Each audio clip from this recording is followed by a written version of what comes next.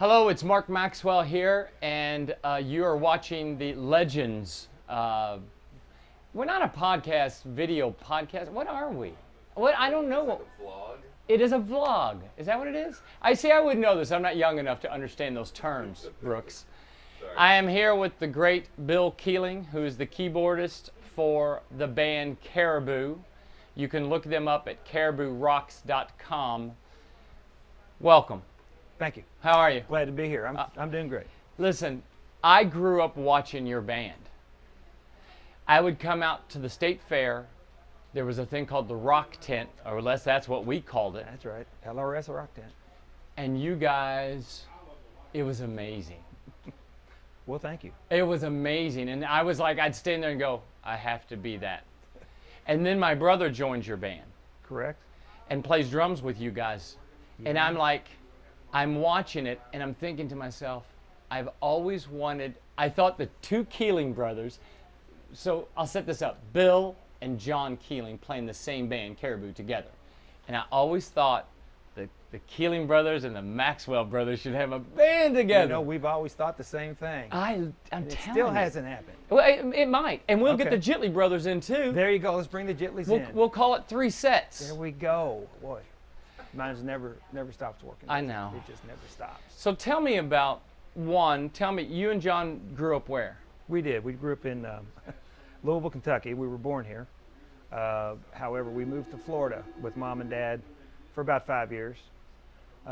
When we were, at the junior high school age, and moved back to Louisville. When we moved back to Louisville for good, that's when we started playing music through the marching band at our junior high school. And you played what? I played trumpet at that time, and John played the tuba and the sousaphone, which is that big white thing that wraps around you in the big yeah. bell. Oh, yeah. And we marched, and that was our exposure for the first time to music. My brother and I were both in band too. We were both drummers. He was good, I wasn't. Ah, I see. Well, the drums were kind of not considered a musician. You know what I'm saying? Still aren't, in our opinion. We made fun of them, and we still do. That's correct. Every opportunity. Sorry, guys.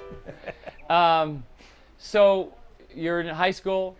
When do you decide to learn keys and start doing your thing? Well, it's funny. John decided while he was, playing the tuba that he would become a bass player. His idol then was Rob Grill from the Grassroots, because he was a bass player that fronted the group Right. and sang lead.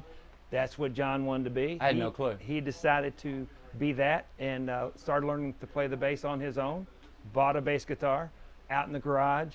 I wasn't involved. I just played the trumpet in the marching band. We were juniors in high school. He decided to put a band together.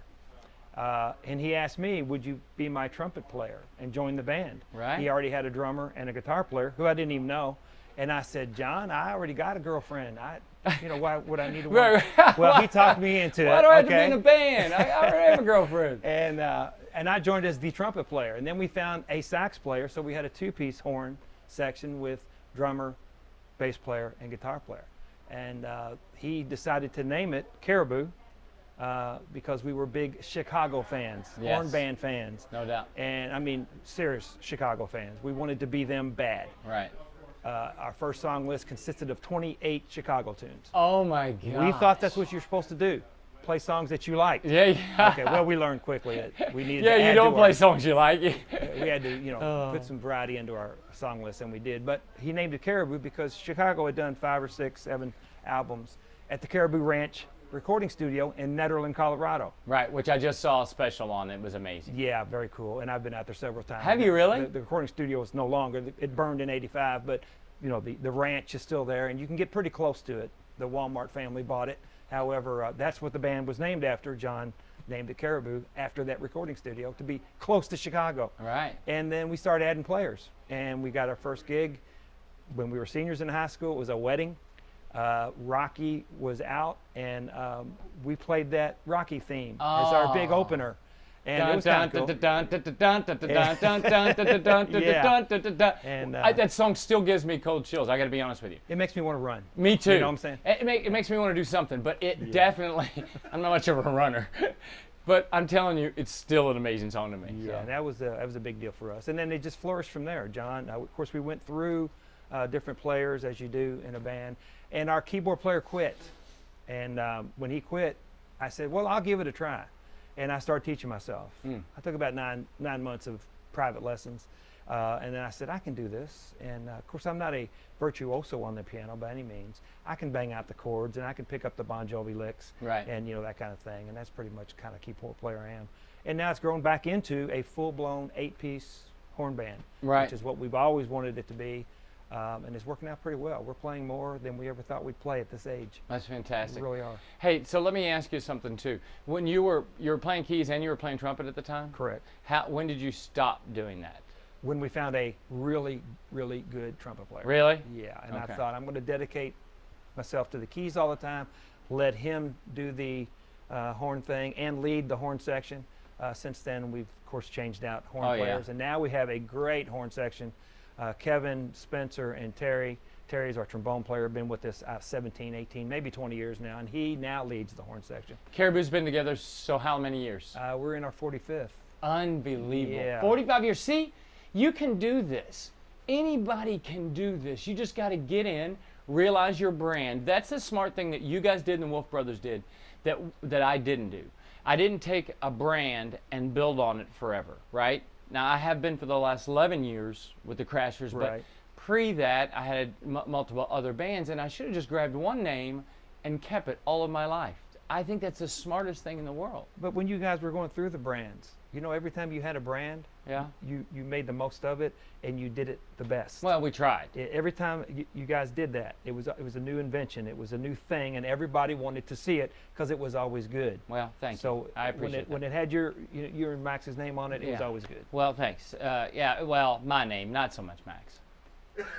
Okay, well, I was just trying to give him a little plug because No. I'm a little closer to him Hey, because he played in the band. I know, you I know. Hey, listen, let me tell you this. I stand on the shoulders of a shoulder of my brother. Really, because he was a drummer, and I stood and watched him play for a long time, saying, I want to be as good as that to be able to be in a band with him. Yeah. And it took me a long time to do so, but yeah, my brother's all that for Well, me. let me say something about your brother. When he came to our band, he was the youngster. Okay, he was obviously the youngest guy in the band. And I won't say how many years difference. It didn't matter because we still had our young look and no one could tell. Sure. But when Max came to the band, he raised the level of quality. He actually made me stop making fun of drummers. Wow. Okay, because he was a musician. Right. And he would tell you, okay, why don't you try this? Yeah, yeah. Because No, I'm he doing still- this. he still does this. And him and John got joined at the hip, and then we found out what the groove was, Right. and where it should be all the time, and how to play in the pocket. Right. And that's what Max brought to the band. When he left the band, we almost cried.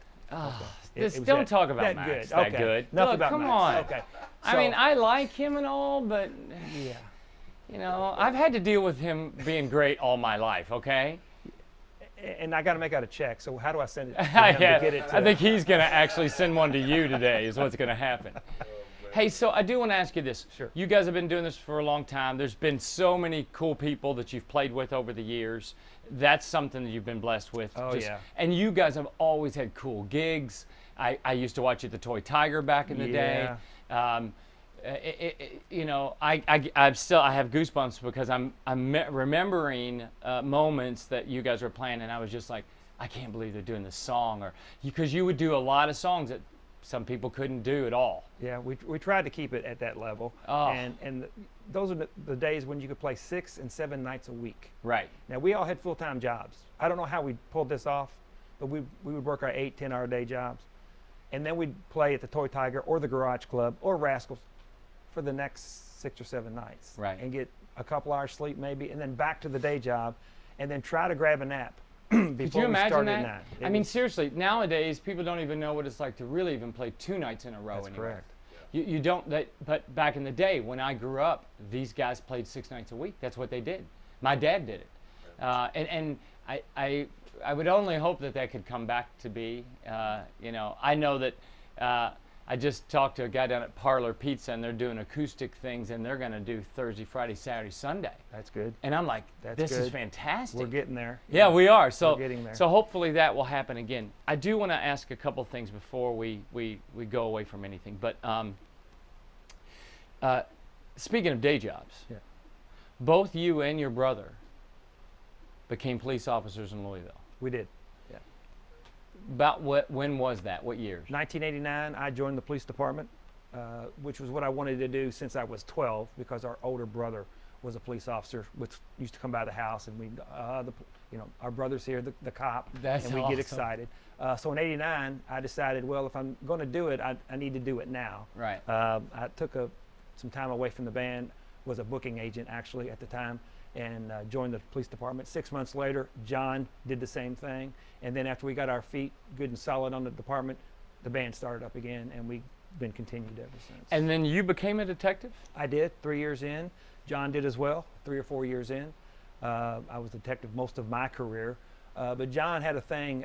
He's your beat cop persona. Right. That is what he does. That is what he is good at. He got to know his community. The community got to know him. Of course, being identical twins, I get called John a lot. Of course. If I'm downtown or out in public, and we have a little fun with that. And but he did. He became the essence of what a police officer is, a public servant. And he's been doing it for 29 years. He actually just retired 2 weeks ago. Wow. I did it for about 23. You retired. I did. John's retired. Yes. Now it's all just band and having fun. It's music, and of course I've still got a full-time day job.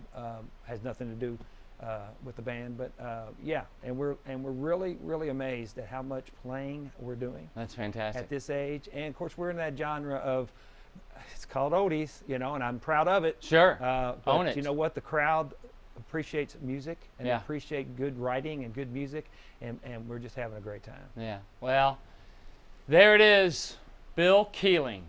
CaribouRocks.com. Correct. Is there Facebook too? There is Caribou is- Facebook page. Yeah. Caribou Facebook page. Go look them up. Go watch them play. Support them. Wow. It's so much of life. Well, are we going to end without talking about what the Maxwells? No. as a We're whole done have with this. done? No, we've got. It to was talk good about seeing that. you guys. I love you so much. Bill loves you guys. Go Absolutely. support their band. Check out their website.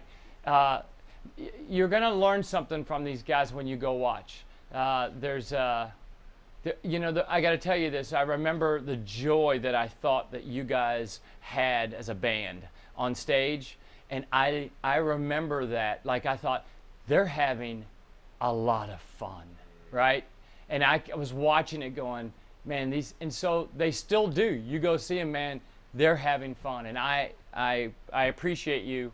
Thanks for, raising the bar for me too, because I wanted to be that good. Well, thanks for keeping the bar raised, Well, Mark. I will Seriously. I'll You and your always do it. brother, I mean, we appreciate everything you guys do for the live music. Yeah. Well, you're like family, and there it is. Yeah, same here. Yeah, absolutely. Peace. See you next time, you. legends.